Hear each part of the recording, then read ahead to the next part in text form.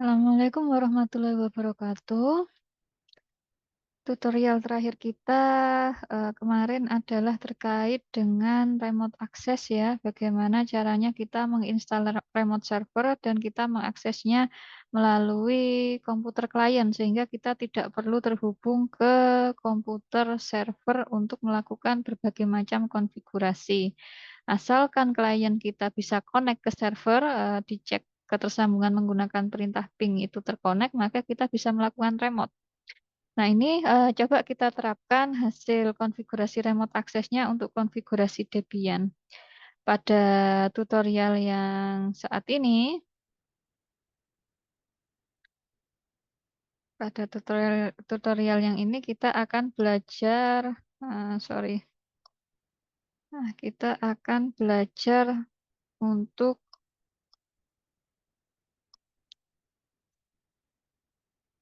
konfigurasi Debian, yaitu yang DHCP server. Jadi kita lanjutkan.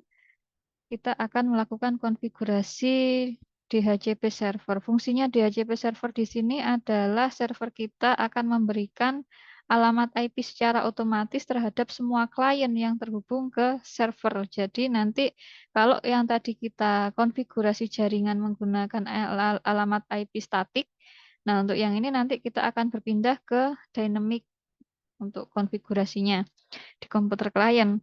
Nah, ini yang perlu kita lakukan adalah yang pertama, jangan lupa yang harus dipastikan adalah kita login sebagai root. Yang harus dipastikan kedua adalah server kita sudah terpasang alamat IP. Jika belum, ya silakan dipasang alamat IP. Lihat kembali tutorial yang sebelumnya, bagaimana cara konfigurasi jaringan. Nah, kita coba cek alamat IP kita tadi ya, yang sudah kita pasang menggunakan perintah IP DDR. Nah, itu sudah terpasang. IP servernya adalah 192.168.200.1. Kemudian yang harus kita lakukan adalah mulai menginstal aplikasi DHCP server menggunakan perintah apt install isc strip dhcp strip server enter.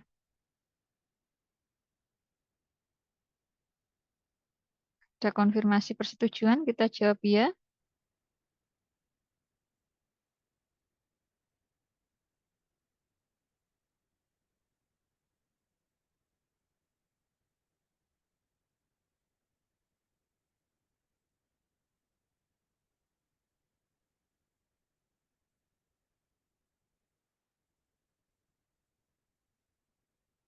Oke, di sini sudah berhasil terinstall, tapi di sini tertulis ada beberapa field ya. Field to start isc dhcp server .service lsb dhcp server. Nah, jangan takut, jangan khawatir. Ini adalah pesan yang wajar karena apa? Karena kita belum melakukan konfigurasi DHCP. Jadi yang perlu kita lakukan adalah konfigurasi DHCP terlebih dahulu. Nah, kita berarti caranya konfigurasi kita perlu masuk dulu ke foldernya DHCP supaya mudah. Cara masuk pindah ke folder, jangan lupa kita menggunakan perintah cd spasi etc spasi dhcp. Nah, sudah. Kita harus mengakses folder DHCP.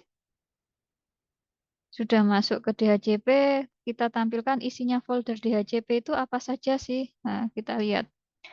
Jadi dalamnya DHCP ada debug, dhclient.conf, dhclient enter hooks.d, dhclient exit hooks.d, dhcpd6.conf, dhcpd.conf. Ada itu file yang terdapat pada folder DHCP. Yang perlu kita lakukan adalah konfigurasi pada file dhcpd.conf. Nah, tapi di sini perlu berhati-hati ya supaya nanti kita tidak mengubah yang seharusnya benar menjadi salah atau jaga-jaga daripada kita ada kesalahan konfigurasi dan takut tidak tahu bagaimana cara mengembalikannya, kita backup dulu filenya. Caranya backup file adalah kita copy dan simpan dengan nama yang lain. Tadi yang akan kita gunakan adalah dhcpd.conf. Kita copy dhcpd.conf, kemudian spasi nama file menjadi apa? dhcpd.conf.backup. Nah, ini file backupannya sehingga nanti kalau ada salah kita tinggal buka, kita tinggal delete file yang tadi dan kita kopikan lagi dari backup menjadi file dhcpd.conf.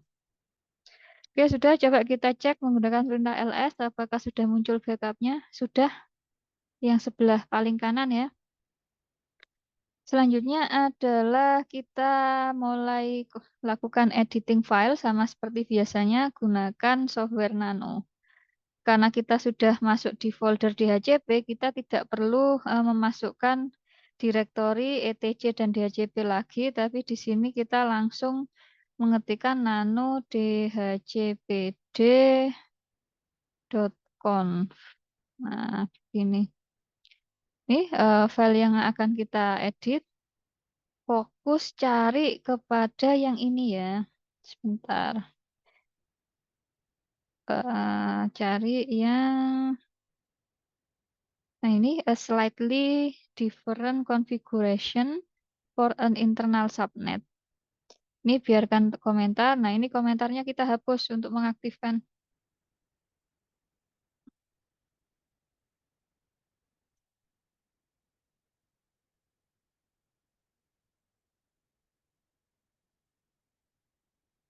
Ya sudah, subnetnya jangan lupa kita sesuaikan seperti subnetnya tadi jaringan kita ya, yang sudah kita atur pada konfigurasi jaringan.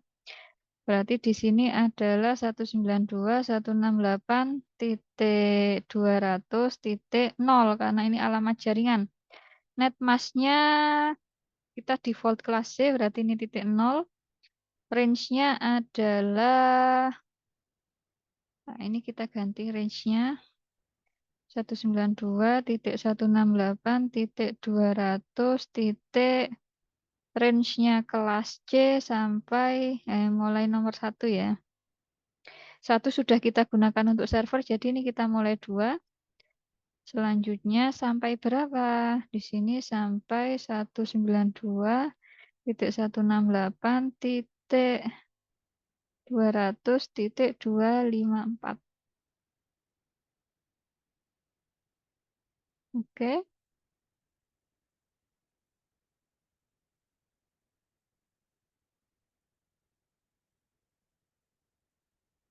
Nah, ini yang kita jadikan router adalah server kita ya, 192.168.200.1. Kemudian broadcast address-nya juga kita sesuaikan. 192.168.200.255. Oke, ini biarkan sama saja.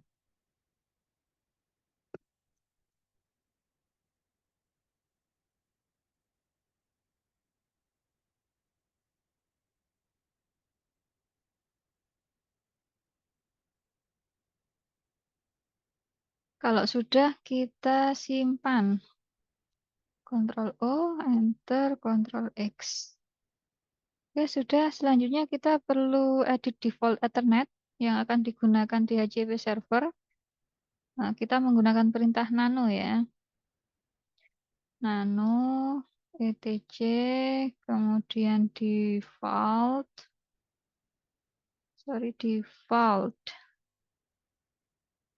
kemudian ISC, DHC,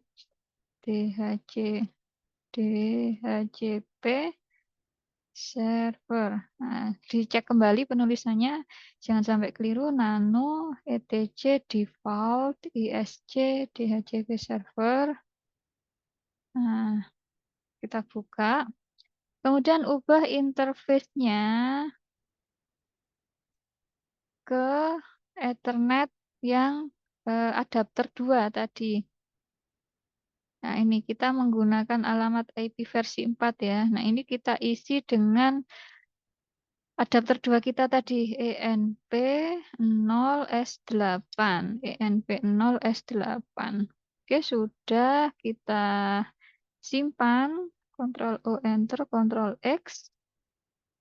Selanjutnya kita restart DHCP-nya menggunakan perintah etc, kemudian init d isc dhcp server restart.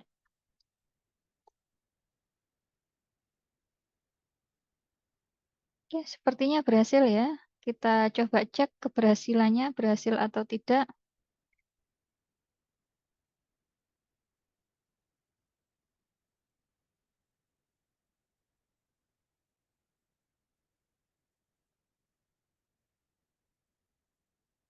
Karena tidak tertulis error di sini ya. Sebenarnya juga ada cara lain untuk merestart DHCP menggunakan sistem CTL. Nah, menggunakan perintah ini, sistem CTL, kemudian restart, isc, dhcp, server, service, isc, sistem CTL, spasi restart, spasi isc, dhcp, server, service. Ini adalah cara lain untuk melakukan restart. Sama saja, cara yang atas atau yang bawah boleh. Kemudian kita lihat status ya. Kita lihat statusnya dengan mengetikkan perintah sistem sistem ctl, kemudian status, kemudian isc dhcp server dot service. Nah, di sini statusnya tertulisnya adalah aktif running, berarti ini kita sudah berhasil mengkonfigurasi DHCP server. Jadi sudah tidak ada error lagi. Kemudian yang perlu kita lakukan adalah selanjutnya kita lihat di bagian Windows. Coba kita cek dulu menggunakan perintah ping ya. Kita masih terhubung ke klien atau tidak. 168.200.10. Nah, masih terhubung ke komputer klien. Kita keluarkan. Nah, kita lihat sekarang pada bagian network connection. Nah, di sini tadi kita perlu membuka pada Ethernet kita yang terhubung ke server. Klik Properties.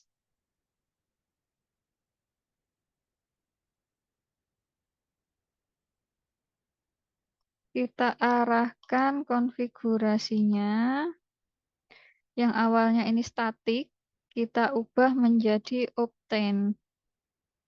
Karena apa? Karena nanti yang akan memberikan alamat IP pada klien adalah server Debian-nya. Oke, close. Dengan begini dipastikan putihnya tadi akan tertutup. Kenapa? Karena alamatnya berganti.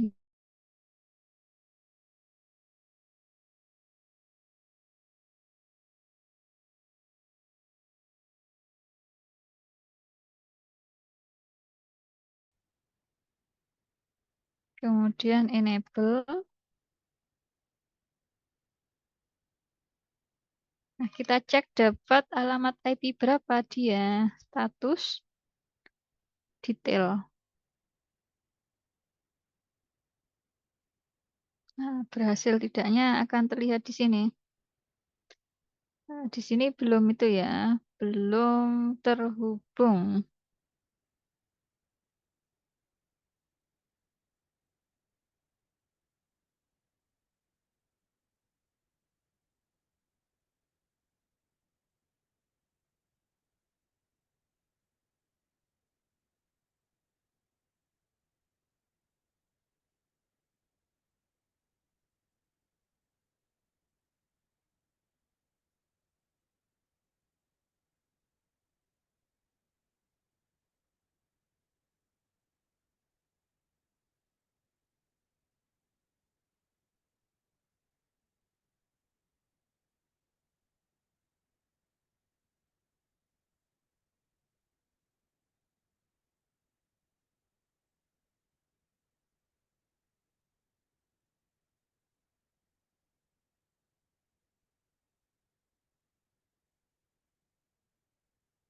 Kita cek menggunakan ipconfig.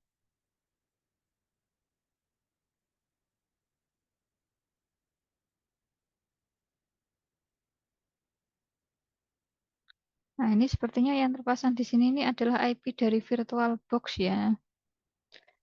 Coba kita cek ketersambungan, apakah dia masih tersambung dengan server atau tidak.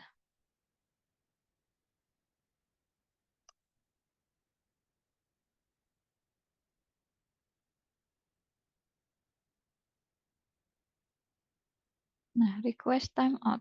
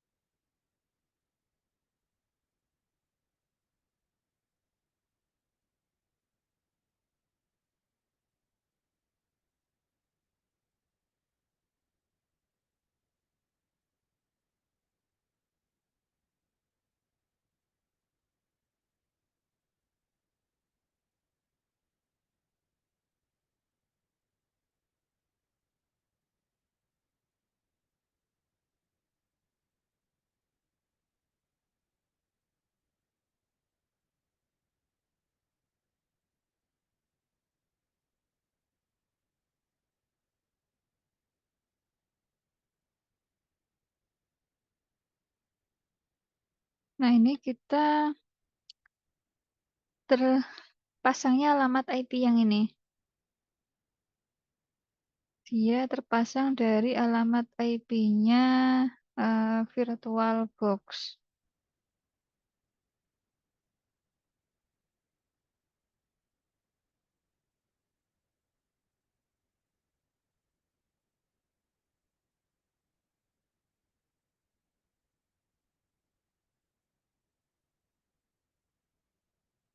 Coba kita apply dulu.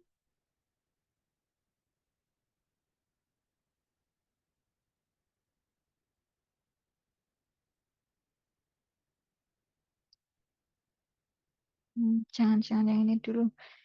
Kita klik apply dulu aja. Berpengaruh atau tidak. Oke, terus kalau kita cek lagi, tidak tersambung. Nah, kita berarti ceknya ke itu saja, kita alihkan ke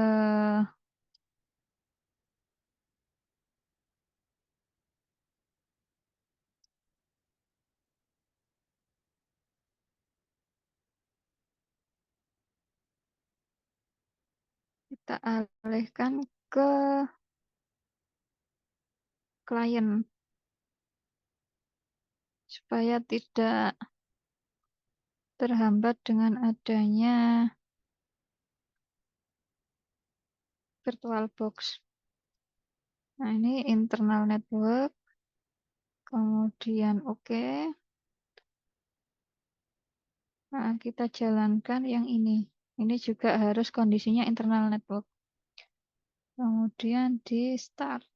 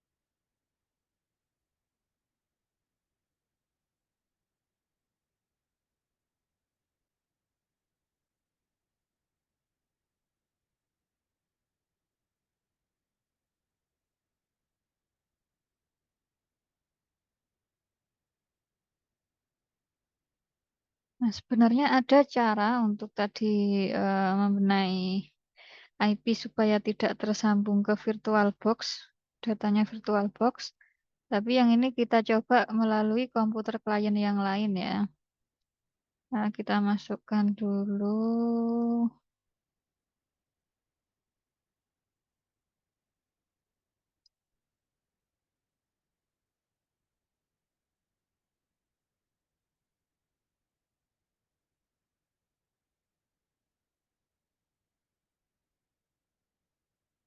Oke, kemudian kita masuk pada control panel.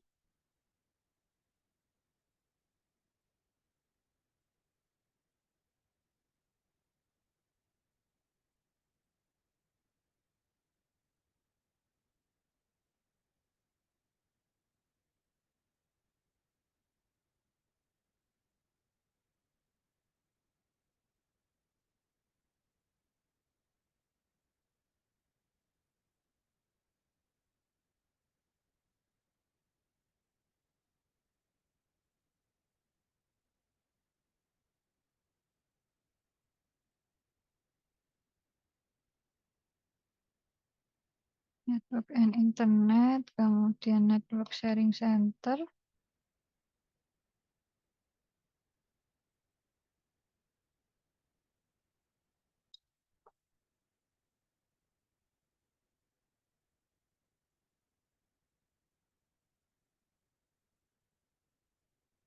Pilih public.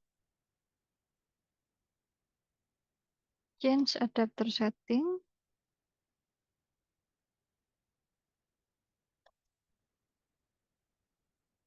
Ini kita jadikan Octane tadi.